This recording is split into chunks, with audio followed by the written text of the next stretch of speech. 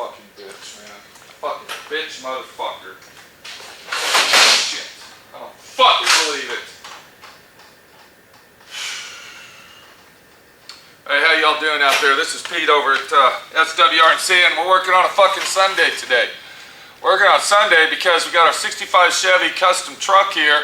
We're trying to get this bitch wired up and get it fucking done. Now, we're going to do a little overview of what the fuck's going on here, what we've done to the vehicle. It's been here for going on 2 years, and we've really done a lot. A lot of the videos that you're going to watch on this truck are going to be on DIY Auto School. That's YouTube channel DIY Auto School, because we have taken this truck with so many modifications that we've done to this thing.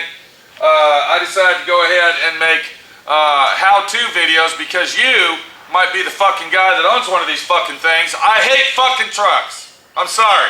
I don't like fucking trucks. They take a lot of fucking space up. They're big, they're giant, they're bulky, and they're bad fucking luck for me. Yeah, that's what I'm talking about.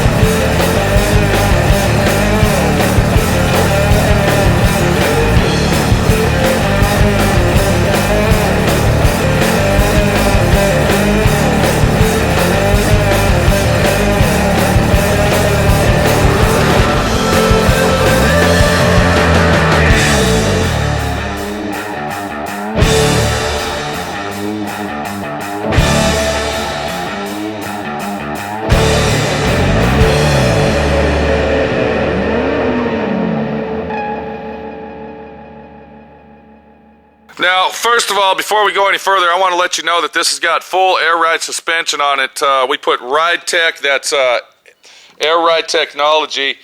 You can see the airbags are right inside there. All right, the air springs, whatever you want to call them. And then we also installed the Ride Tech shock system. So this has got a full air ride suspension, four-way suspension system. We'll go over that in a minute. But what we've done here is we went ahead and installed a LS2 fuel injection Corvette drivetrain. We went ahead and wired it all up. You can see the wires fucking hanging everywhere. And that's basically where my friend Pete has come to a stop, because the fucking thing won't turn over. So I'm thinking that it's the neutral safety switch, because this is a painless wire system. Painless is a brand. I use Street Performance wire harnesses. They're more simplicated. It's a plug-and-play situation. The painless wire harness takes a little bit of knowledge and a little know-how, because you gotta hook up several fucking different wires, and if they're not hooked up right, nothing's gonna fucking work.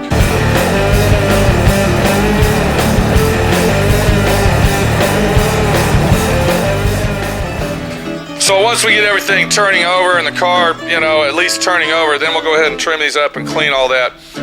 You see that they make very long extensions for it to go a long way. We also installed the Street and Performance, that's Street and Performance pulley system on this. This is a very nice system, and everything that you see in chrome, including the air cleaner, the whole 9 yards, is from Street and Performance. This is a really nice additive that I like. I usually use the remote reservoir where you hang it on your fucking firewall, but we went ahead and notched the frame out down here, and we got the built-on reservoir, which really makes it compact and really makes it look nice. We went ahead and installed power disc brakes on it, but the problem we ran into is that this booster that the owner purchased, this booster is 4 inches away from the firewall. I guess that's to compensate for the fucking the brake shaft lever. We had to go ahead and modify this and cover it up. We went ahead and made this this cylinder that covers everything. So yeah, so everything's enclosed. So that was a little bit of a bitch figuring that out, but we finally got that. We had to put the brand new brakes on, brake lines on it. One thing about wiring cars up, and here's a good example, is make sure that you got ground wires everywhere. You can see that big giant ground cable there. You see the ground cable, how thick the ground cable is on our battery. And also, this is very, very important to make sure that you have a 4 gauge or bigger ground wire from the frame to the body. Don't ever rely on motor mounts and body mounts as putting a ground wire on it, because you got your rubber insulating that separates the body from the car, and you're not going to get a good ground. So make sure all your grounds are properly installed, because that is what makes a good wire job, is your ground wires. We've completely replaced basically 85% of the floor on this car. It was completely rotted out. It was junk to shit. That was the first thing we did. The owner brought the car over to us on a fucking trailer, and it looked like it was headed to the scrap iron yard. The cab was flipped over upside down. It was rotted. It was rusted. And we did a lot of major rust repair. We replaced all the rocker panels on this, inner and outer. We even had to custom make the section right in here. You can see where it's kind of hammer dollied, that section right there, because that doesn't come with the floor, so that was fucked up. It was rotted past the floor section that you can purchase, and I had to go ahead and modify that and make it. You can also see right here where this piece right here we had to replace by hand. Goes all the way around and back. Alright, so that was a major job right there. Then once we did that, we went ahead and painted the inside of it two-tone, and I think it really came out awesome. This is base coat, clear coat, by the way. And once the gauges are in there, they're painted the same color, and it really, really looks nice. When we remounted the cap back onto the frame, we went ahead and used the neoprene mounting blocks on it instead of the rubber factory ones. This will give it a more stiffer ride. It'll give it a more secure ride, and it will last a lot longer. While we're looking up under the frame here, take a look at the bottom of this floor and how clean it is and how nice it all came out. We seam sealed everything up very tight. It's all airtight and watertight, and it looks brand new as we look under. The transmission we're using is a 4L60E overdrive transmission. It's all computerized and electronic. That's part of the engine combo setup that came out of the Corvette. So that really looks nice. All the front suspension has been completely rebuilt on left and right and in the back. We had to have the drive shaft shortened. We had to have the drive shaft remade to compensate for our transmission. So what we did, we went ahead and used the split drive shaft just like the factory, which is going to give it a lot more strength and a lot more durability, especially using the air ride suspension. It's going to let that drive shaft not get in a bind and run more free using the split drive shaft on this car. So that's a really nice option. And then right here, this is our air tank, which will be underneath the bed, and you can see how detailed and intricate we got building that bracket to hold our tank. And what makes it really nice, the way I did this, is I actually welded the nuts to the bracket. These nuts are welded on, and then if he ever needs to get to his compressor, all he's got to do is take 4 bolts off, drop the tank down, and then his compressor is hidden right behind the tank itself.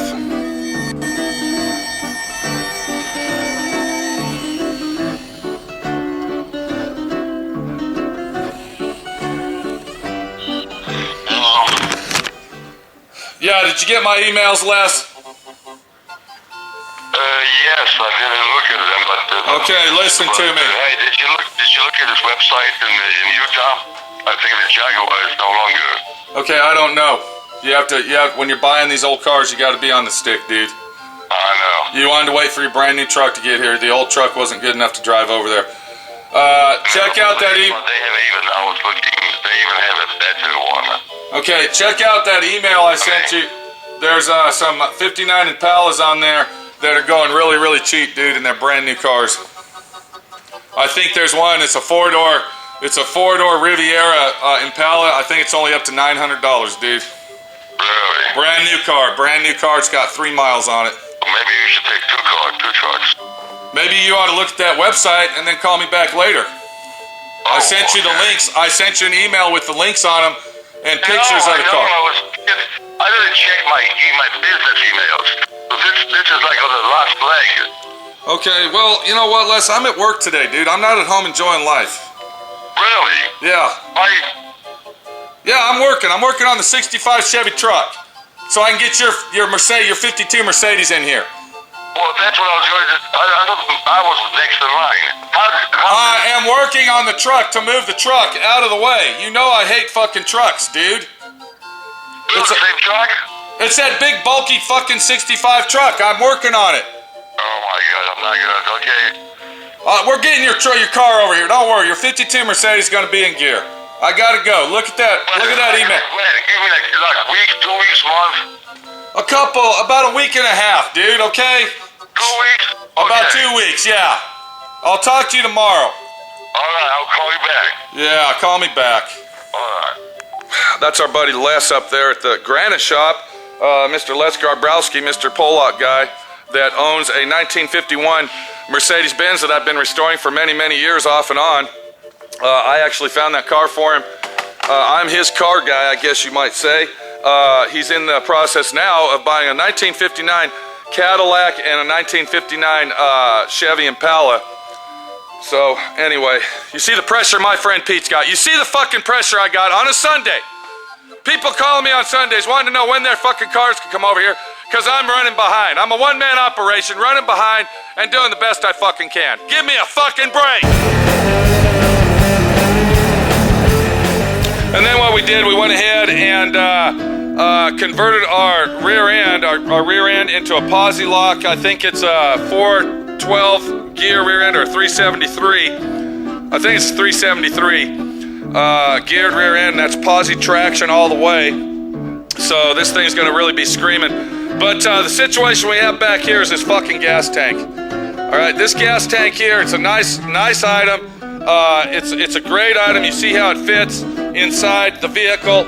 You can see underneath here, it's very low profile. It doesn't hang down. But what made that deal go sour is the fucking customer service. It's an online internet catalog type deal. You order the fucking tank online and then you get the tank. But what made it go sour, and I will never buy anything from these cocksuckers again, even though they make a very high quality product, their customer service sucks, okay? And I suggest that anybody out there looking for a fuel tank such as this, shop around and don't go to these fucking guys because the customer service sucks. Once you get the thing, you might as well say, fuck you, it's yours. There's no question about it. They aren't gonna fucking do anything for you because the lady that answered the phone over there is a fucking bitch! But other than that, it's a really, really nice gas tank. I like the way it is. The problem we had with the gas tank itself was this fucking thing right here. Now, kind of picture the bed sitting on the truck, okay? You're sitting on the truck there, and you got the wood bed in it, and you got to put gas in your car. What the fuck? How are we gonna do that? We got to cut a hole in the wood fucking bed and make a hidden door flip open so we can get to the fucking fuel filler neck. That's not the way my friend Pete ordered it. That's not what I wanted. I didn't want that.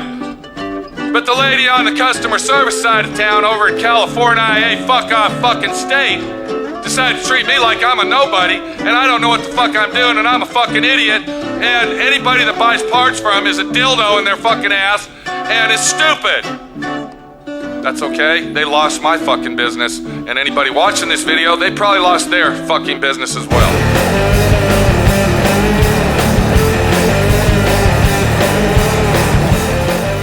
So then we get into the car itself, into the vehicle, and one more time we might say, and what we got here, we got the Dakota digital gauge set. And this is a very, very nice system, and I'm going to tell you why. You can see how thin line it is and low profile. It's all digital gauges. You can see that right there. I actually had it in the car, but I had to take it out of the car due to the fact that we have to do some more wiring on this fucking painless wire harness that I don't like, but yeah, you know, that's the situation we got. Now, if we look inside the dasher, you can see that I'm finishing up on the wire harness, and it's very important when you're wiring a car to always use your wire ties. Wire ties will make your car look very, very clean and very nice. It'll hold all the wires back instead of having a fucking spaghetti factory going on. But what I wanted to really show you is this little system right here. This is a BMI OBD system, and what this does, this plugs into right here where you would read your engine readout. Where we at? There it is right there. This is our engine readout, computer readout module, and that plugs into there. And then you got the input-output cable that comes over here and goes into your memory box, your control box for your gauges. And then everything on this computerized engine, which we did mount the computer inside the vehicle, it's mounted right there on the firewall. That looks really clean and nice. And I still got to clean these wires up. We still got a bunch of wires hanging down that we're not going to use, and this, that, and the other. But so anything that is not read off the gauges itself, off your sensors, you'll be able to read that, such as the transmission temperature, the tachometer, the shifting pattern, everything that the factory OEM computer will read out to you on your gauges, it'll read out with this system right here. And that should really, really fix up the owner with some really nice high-tech gauges to compensate for our high-tech fucking 1965 Chevy truck.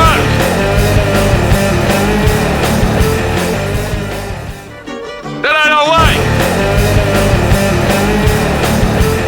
And then as we're looking in the car, you can see that we upgraded it to a late model Chevy tilt steering column.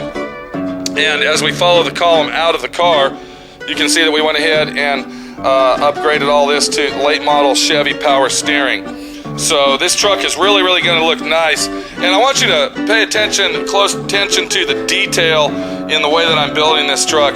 Look at the detail of how the paint, the tan comes out of the firewall on the column and compensates and really gives it a good look. And also, as well as painting the dash itself, you can see the two-tone where we cut it off and we came around here and followed our body lines. We went ahead and color comboed the steering column to the paint instead of putting a chrome steering column in there. I hate fucking chrome steering columns. I hate chrome on the dash. They just look ugly and stupid. Putting all that chrome accessory shit on it, it looks a lot better when you paint it to match, especially when you're building a truck like this. I even went ahead and painted the insert on the ceiling of the truck, which was very, very hard. That was not an easy fucking job taping that off, but we got her done and it was done right.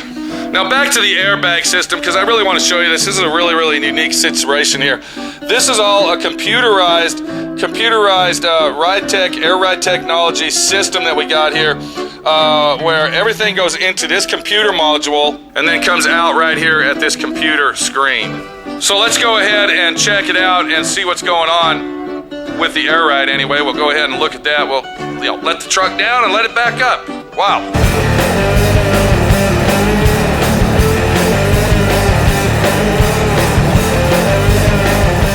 So if we listen real close, we can hear that the compressor is running in the background, and the tank, once it reaches, we'll go over that gauge in a minute. I just want to go ahead and drop it down and raise it up and show you what the situation is here, because this is a really, really awesome fucking deal. So here we go.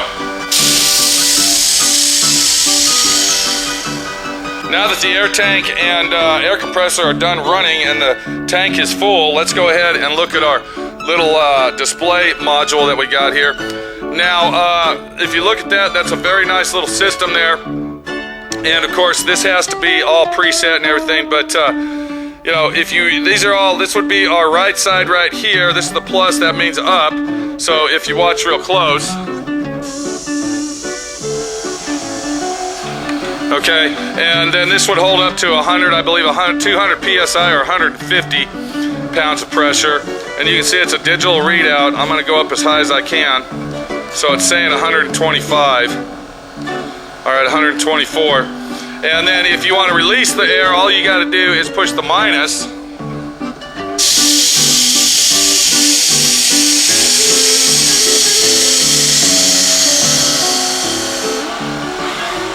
And then you're back down to zero. This has 3 presets that you can preset it at. And it's just a really, really awesome system.